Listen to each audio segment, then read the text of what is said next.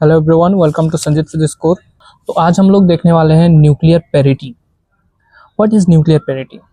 तो जो nuclear parity होता है वो कोई भी एक न्यूक्लियस का सिमेट्री को शो करता है। कोई भी न्यूक्लियस जो होता है उसके अंदर न्यूक्लियस होता है, तो न्यूक्लियस का जो डिस्ट्रीब्यूशन होता है उसका सिमेट्री को शो करता है न्यूक्लियर पेरिटी। तो कोई भी जो न्यूक्लियस होता है वो एक न्यूक्लियर स्टेट में होता है, तो हर एक न्यूक्लियर स्टेट के लिए एक वेव फंक्शन होता है।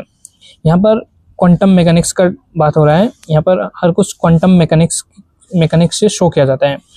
तो हर एक न्यूक्लियर स्टेट जो होता है उसका एक वेव फंक्शन होता है।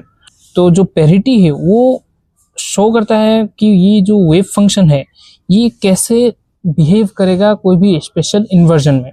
मतलब जो न्यूक्लियस के अंदर जो न्यूक्लियस है उसका जब कोऑर्डिनेट्स उसको इन्वर्ट कर दिया जाएगा तो वो उसका सिमेट्री कैसा होगा एंड उसका वेव फंक्शन जो है वो कैसे बिहेव करेगा, ये शो करता है हमें न्यूक्लियर पेरिटी।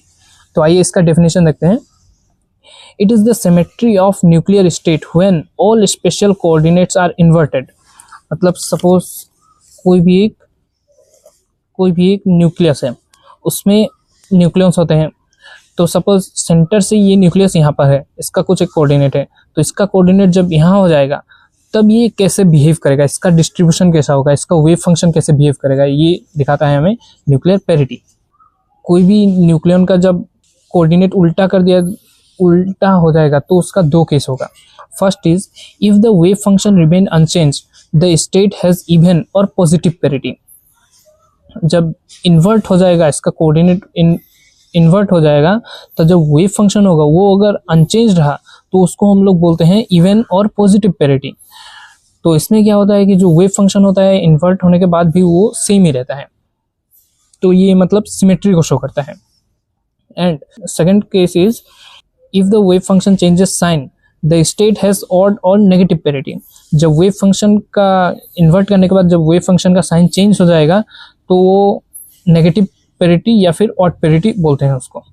तो जो पेरिटी है ये बहुत सिंपल सा टर्म है। अगर एग्जाम पॉइंट ऑफ व्यू से देखें तो सिर्फ पेरिटी का डेफिनेशन ही आता है और इतना इनफ है पेरिटी को डिस्क्राइब करने के लिए, और ज़्यादा कुछ नहीं चाहिए। ये बहुत छोटा सा टॉपिक है, 1 या फिर 2 मार्क का क्वेश्चन आता है एग्जाम में।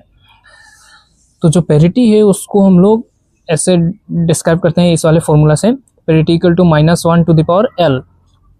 तो यहाँ पर जो l है वो क्वांटम प्रिंसिपल नंबर है, तो वो जो SPDF को शो करता है।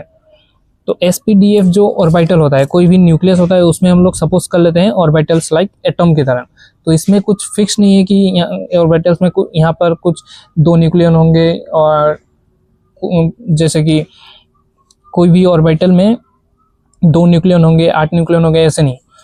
तो इसमें क्या होता है कि ऑर्बिटल्स हम लोग थ्योरेटिकली कंसिडर करते हैं, एंड यहाँ पर कोई भी ऑर्बिटल में कुछ भी न्यूक्लियन रह सकता है, एटम्स की तरह फिक्स्ड नहीं है। तो यहाँ पर L जो है वो ऑर्बिटल्स को शो करता है। S ऑर्बिटल मतलब इसका वैल्यू 0 होगा, P ऑर्बिटल इसका वैल्यू 1 होगा, D का 2 होगा, F ऑर्बिटल का 3 होगा, ऐसे ही होता है। तो सपोज यहाँ पर कोई भी न्यूक्लियन P ऑर्बिटल में है तो इसका वैल्यू 1 होगा एंड इसका साइन चेंज नहीं होगा। जब L का वैल्यू 1 यहाँ पर पुट करेंगे तो ये -1 ही शो करेगा। तो सिंस यहाँ पर माइनस शो कर रहा है तो यहाँ पर माइनस साइन होने की वजह से इसका जो पेरिटी है वो ऑड पेरिटी हो जाएगा, या फिर नेगेटिव पेरिटी हम लोग इसको बोल सकते हैं। तो यहाँ पर जानने के लिए बस लिखा हुआ है every nuclear state has a wave function. Wave function को हम लोग ऐसे डिनोट करते हैं psi r। Parity describe how this wave function behaves under A special inversion. तो जो न्यूक्लियर स्टेट का वेव फंक्शन होता है उसको डिसाइड करता है, उसका बिहेवियर को डिसाइड करता है पेरिटी। तो जो पेरिटी है, parity tells the symmetry of nuclear distribution. जो न्यूक्लियस में जो न्यूक्लियस है उसका डिस्ट्रीब्यूशन के सिमेट्री को पेरिटी डिस्क्राइब करता है। तो ये एक छोटा सा टॉपिक था जो कि जानना ज़रूरी है, and exam point of view से इसका 2 मार्क्स आता है नॉर्मली। तो I hope you all understand. इस वीडियो के लिए इतना ही। Thank you.